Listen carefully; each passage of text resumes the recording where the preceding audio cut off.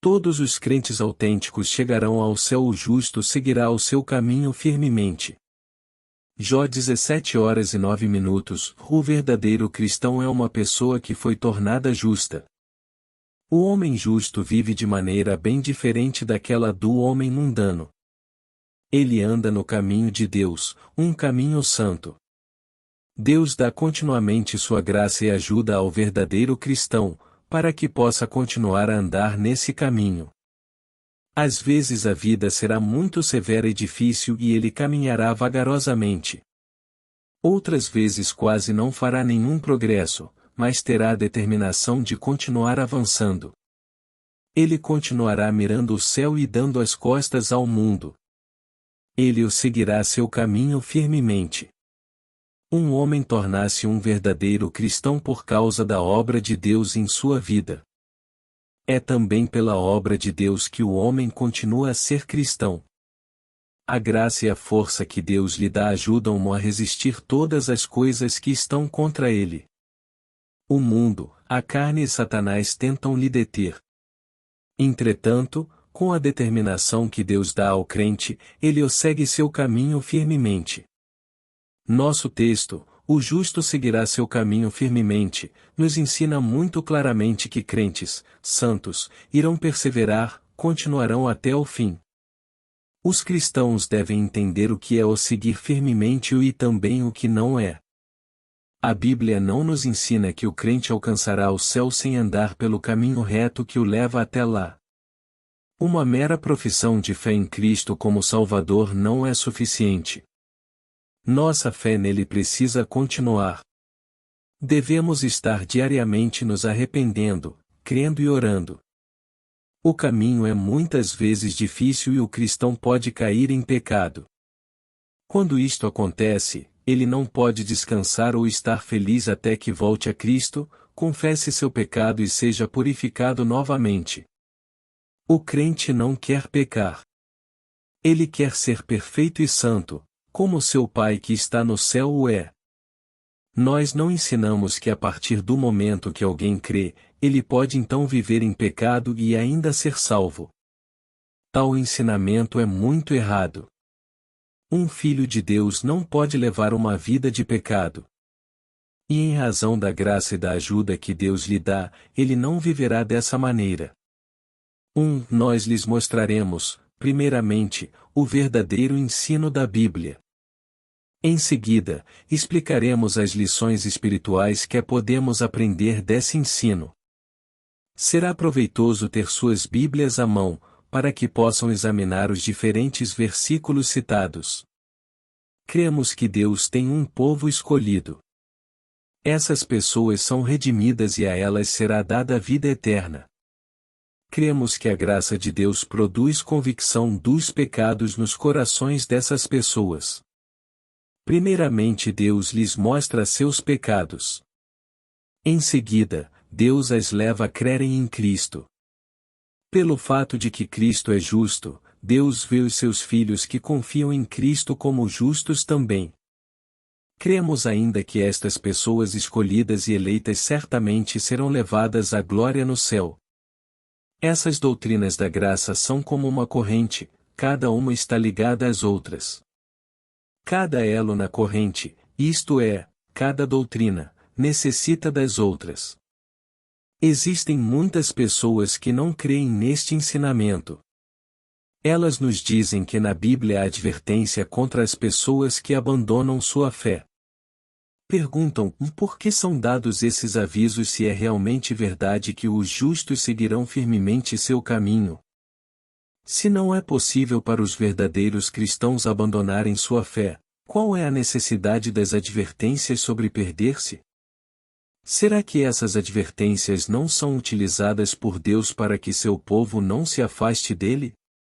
Na Epístola aos Hebreus encontramos sérias advertências contra o abandono da fé e a apostasia. Mas o autor de Hebreus está certo de que os verdadeiros cristãos a quem ele está escrevendo não estarão entre os que abandonarão sua fé. Ele diz, e mais de vós, ó amados, esperamos coisas melhores, ó Eb.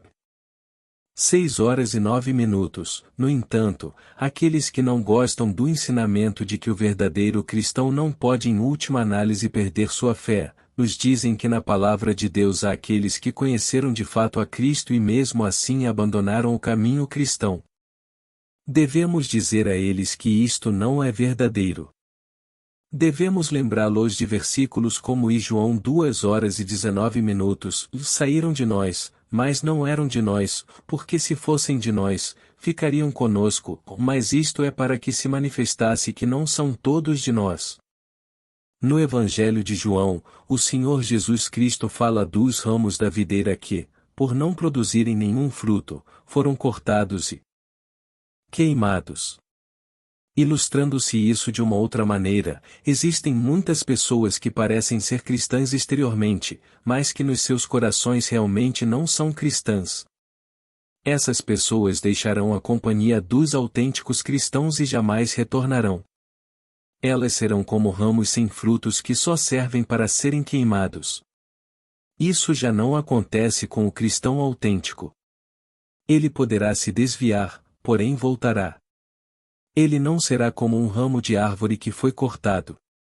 Ele será como um ramo que foi podado, para que mais tarde produza novamente fruto. Em Mateus 7 horas e 23 minutos, aqueles a quem o Senhor diz, e nunca vos conheci os jamais foram seus seguidores. A primeira razão que damos para mostrar por que os verdadeiros crentes seguirão firmes até o fim, é o tipo de vida que receberam ao nascerem de novo. O apóstolo Pedro diz que os filhos de Deus foram de novo gerados, não de semente corruptível, mas da incorruptível, pela palavra de Deus, viva, e que permanece para sempre, ou IP, 1 hora e 23 minutos. Toda pessoa que nasce neste mundo tem um corpo físico, o qual irá morrer. Mas todo aquele que tem esta nova vida espiritual, possui uma nova natureza, a qual não morre. Essa nova vida vem de Deus e é eterna, então como pode morrer? A pessoa que nasce de novo odiará o pecado e lutará contra ele. Essa pessoa não será capaz de levar uma vida de pecado, embora nunca esteja completamente livre de pecar. O Senhor Jesus Cristo, falando à mulher samaritana ao poço, disse: qualquer que beber desta água tornará a ter sede, mas aquele que beber da água que eu lhe der se fará nele uma fonte d'água que salte para a vida eterna. Ou João 4:13-14. A nova vida que recebemos como crentes jamais será retirada de nós. Ela nos dá vida eterna. Ela vence a nossa natureza pecaminosa. Nossa nova vida está intimamente ligada com fé, e fé sempre triunfa. A Bíblia nos assegura que a fé não pode ser derrotada. Deus colocou sua vida em nós. Ele nos tem conduzido das trevas para a luz. Temos uma esperança viva porque Cristo ressuscitou dos mortos. Seu Espírito veio habitar em nós. Devemos crer que esta vida divina dentro de nós não pode morrer.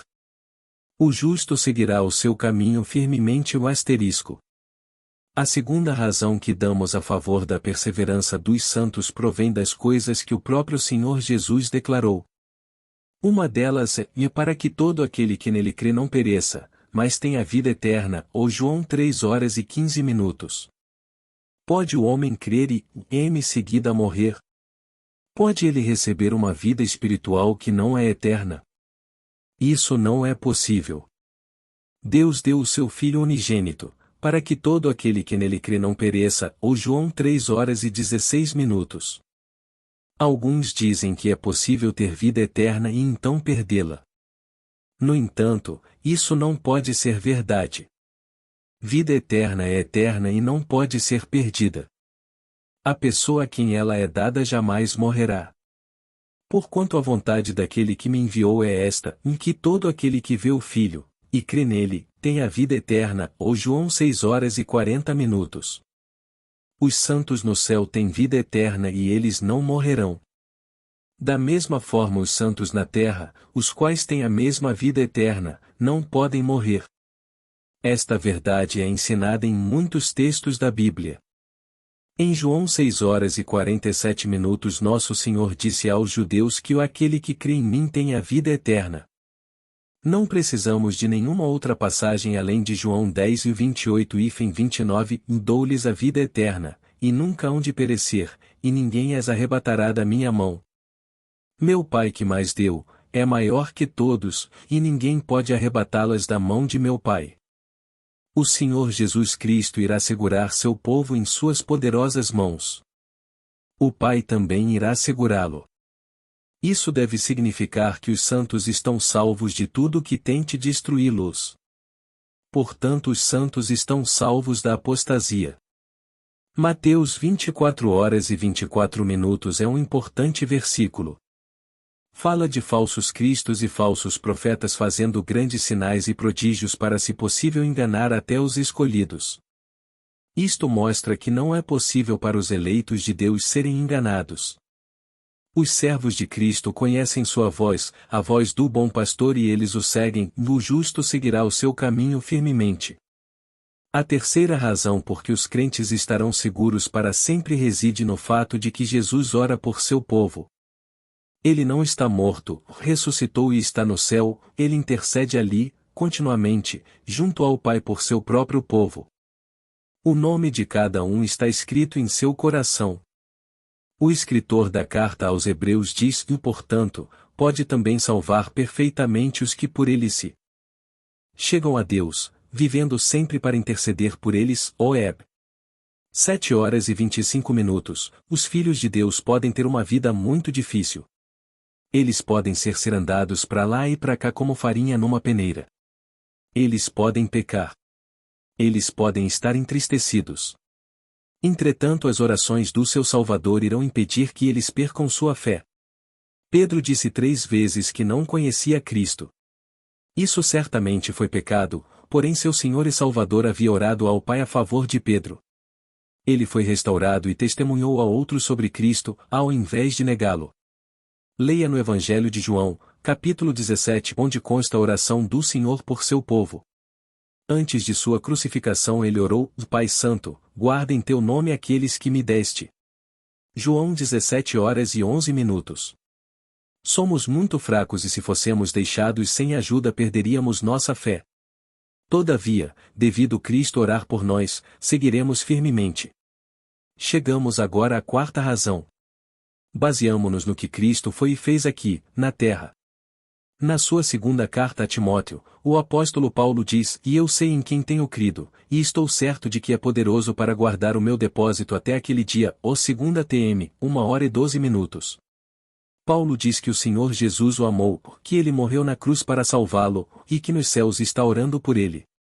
Por isso Paulo é capaz de colocar sua alma aos cuidados de seu poderoso e amável Senhor.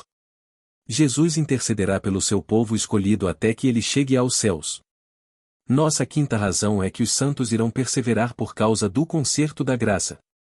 Leiam para vocês mesmos no Velho Testamento, em Jeremias capítulo 32.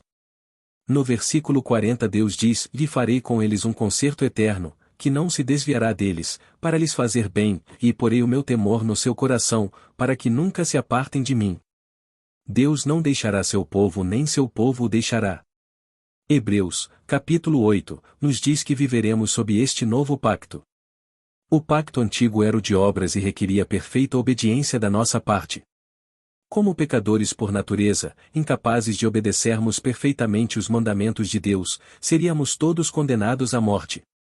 O novo pacto é bem diferente. É um pacto da graça. Não temos como sair do reino da graça, pois o Deus que fez o pacto prometeu nos guardar. Deus disse através do profeta Isaías: Porque as montanhas se desviarão, e os outeiros tremerão, mas a minha benignidade não se desviará de ti, e o concerto da minha paz não mudará, diz o Senhor, que se compadece de ti. Is. 54:10. Não devemos retornar ao pacto antigo que nos prenderia com correntes como se fossemos escravos. Estamos sob a nova aliança. Deus nos deu vida eterna. Jamais morreremos. Cristo nos segura em suas mãos, e ninguém pode nos arrebatar dele.